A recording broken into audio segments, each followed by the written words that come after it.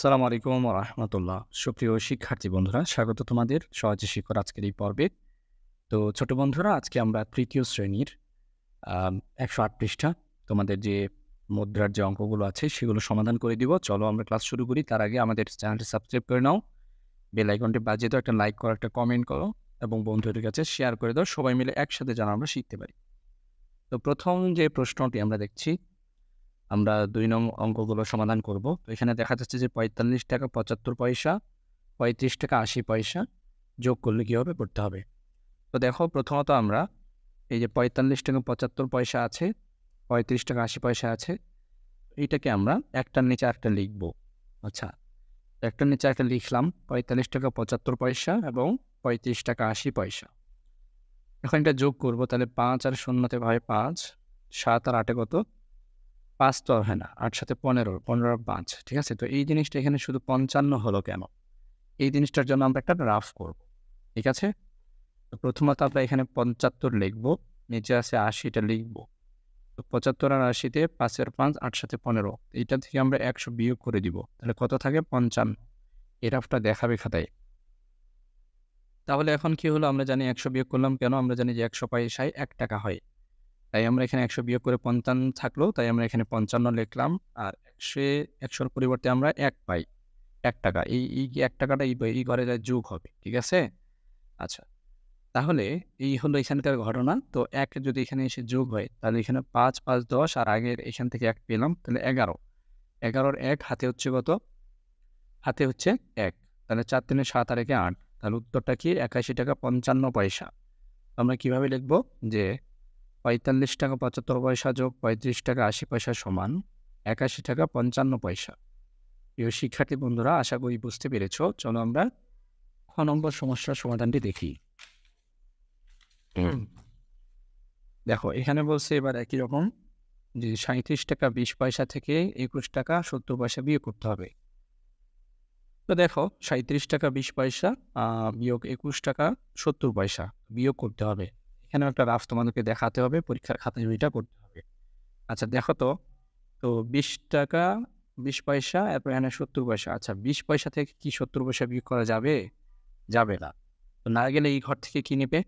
এক ধার নিবি। তোমরা এখানে কি করতে পারো? প্লাস দিয়ে এখানে একটা ১০০ এইভাবে দিতে পারো। ঠিক আছে?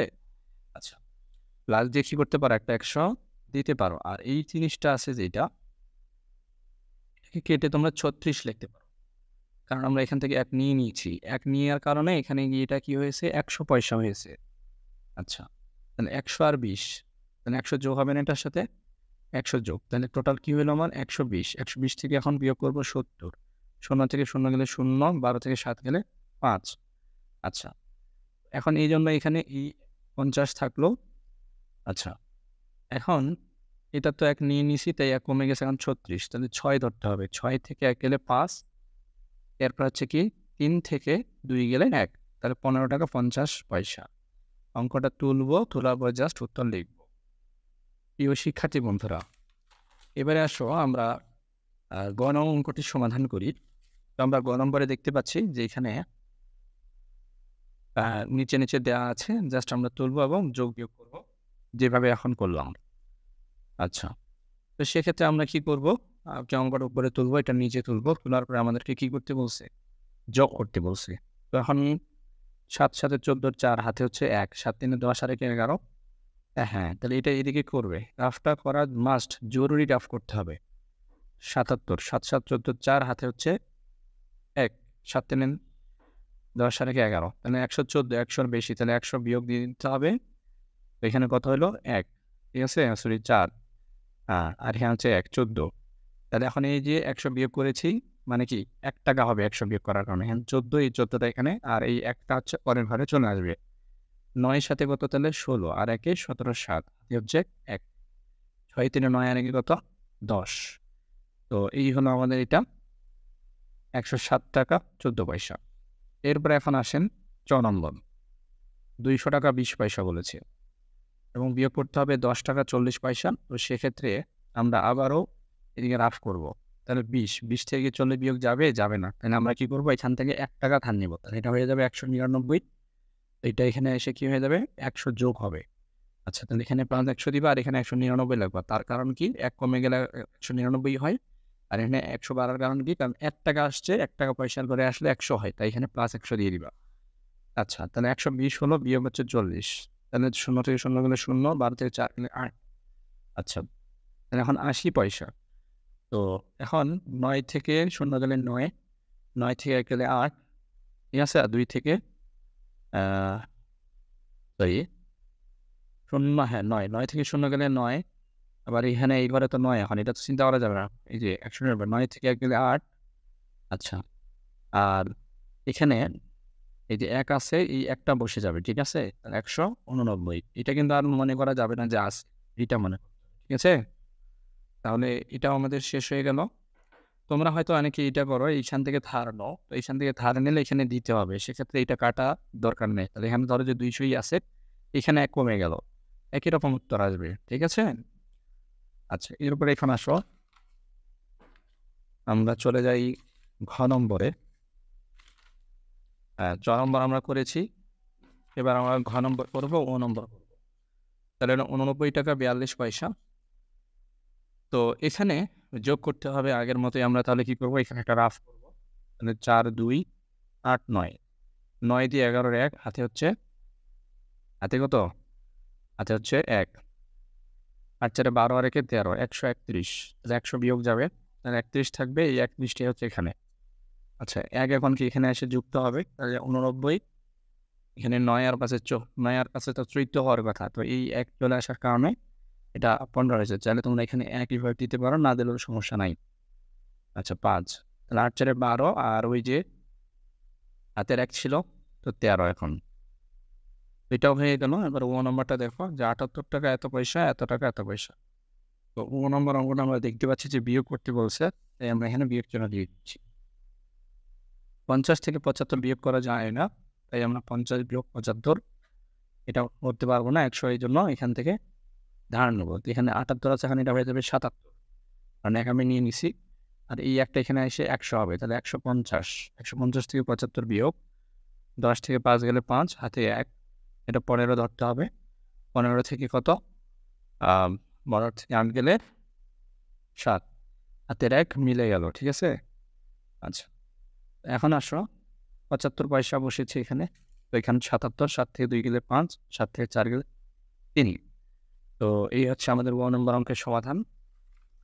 এখন আসো ৩ নম্বর অঙ্কে কি বলছে যে উষার এত টাকা এত পয়সা ছিল, তার মা তাকে খাতা কেনার জন্য এত টাকা এত পয়সা দিলেন। এখন উষার কত টাকা হলো? তো আমরা লিখি যে উষার ছিল এত টাকা এত পয়সা, তার মা দিল এত টাকা এত পয়সা, মোট যোগ হবে। তাহলে খুব সিম্পল, আগের মতো আবার এখানে রাফ করতে হবে। ৭৫ ৭৫ যোগ করে দিতে হবে। ৭৫ ৭৫ হয় ১৫০। তো ১৫০ থেকে আবার ১০০ বাদ যাবে। তাহলে এখানে হচ্ছে ৫০ থাকবে পয়সা হিসেবে। আর এই ১০০ কারণে ১ হাতে, এটা এখানে আসবে। ৫-এর সাথে ১ যোগ করলে ৬, ৬ ২ ৮ এর ৮। হাতে কত? ৯। ৮ ৬ ১৪ ১৪। তাহলে এটাই হচ্ছে উত্তর যে উষার এখন এত টাকা হলো। আচ্ছা, এত টাকাও ৪ নম্বর। যে এবার বলছে যে জুবাইর দোকানদারকে, হ্যাঁ, ওটাকে পড়ো, যে জুবাইর এত টাকা এত পয়সা দিয়ে একটি খেলনা কিনলো, সে দোকানদারকে ১০০ টাকা দিলে দোকানদার তাকে কত ফেরত দেবে? খুবই সহজ, যে জুবাইর দোকানদারকে দেয় এত টাকা এত পয়সা, খেলনা কিনে এত টাকা এত পয়সা। এখন এটা থেকে এটা বিয়োগ করলেই তো কত টাকা ফেরত পাবে পাওয়া যাবে। তাহলে এখন এটাকে কি মনে করতে হবে? ৯৯ মনে করতে হবে। কারণ এখান থেকে ১ এখানে চলে আসছে এবং ১ চলে আসার কারণে এটা ১০০ হয়ে গেছে। তাহলে ১০ ধরতে হবে। ১০ থেকে ৫ গেলে ৫, হাতে ১ ৩, ১০ থেকে ৩ গেলে ৭, হাতে ১ মিলে গেছে। আচ্ছা, এরপর এখন আসো, এই টাকাটাই দোকানদারকে ফেরত দিতে হবে, অর্থাৎ দোকানদার ফেরত দেবে আর কি। আচ্ছা, এবারে দেখো ৫ নম্বর অঙ্ক বলছে যে ২টি খাতার দাম হচ্ছে ৮০ টাকা এবং একটি কলমের দাম হচ্ছে একটি কলমের দাম হচ্ছে ২৫ টাকা ৭৫ পয়সা।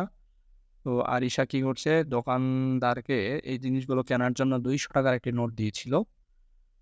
হ্যাঁ, তো দোকানদার আরিশাকে কত টাকা ফেরত দেবে? সহজ। তো প্রথমত ২টি খাতার মূল্যটা আমরা লিখি এবং একটি কলমের মূল্যটা লিখি। মোট কত টাকা খরচ হলো সেটা কিন্তু এখানে বের হচ্ছে। আর মোটটা বের করতে অবশ্যই যোগ করতে হবে। তাই আমরা এখানে যোগ করলে ৫ শূন্যের ৫, ৭ এর ৭। এখন ১০ থেকে ৫ গেলে ৫, হ্যাঁ? হাতে হচ্ছে ১। ৮ থেকে কত যাবে? 8 থেকে 1 কি বলে? হ্যাঁ, তো এখন হচ্ছে 10 থেকে 5 গেলে হচ্ছে 5, হাতে হচ্ছে 1, তো 8 থেকে 3 গেলে দুঃখিত আমি যোগ করব না বিয়োগ করব? আমি তো যোগ করব, তো এটা বিয়োগ করতেছি কেন? তোমরাও কিছু বলছো না কেন?